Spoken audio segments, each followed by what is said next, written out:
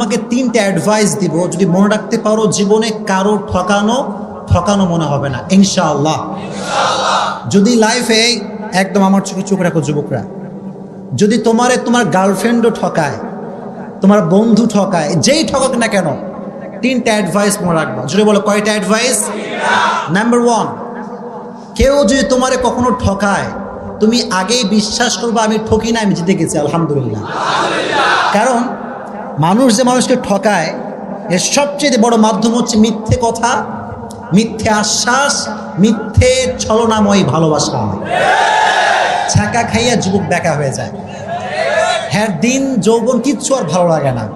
তো এই যে মানুষ তোমাকে ছাকা দেয়, কষ্ট দেয়, প্রতারণা করে, এটা মিথ্যের মাধ্যমে মানুষ বেশি করে। হাদিস শোনেন, একবার রাসূল করিম সাল্লাল্লাহু আলাইহি ওয়াসাল্লামকে একজন সাহাবী বলল, ইয়া রাসূলুল্লাহ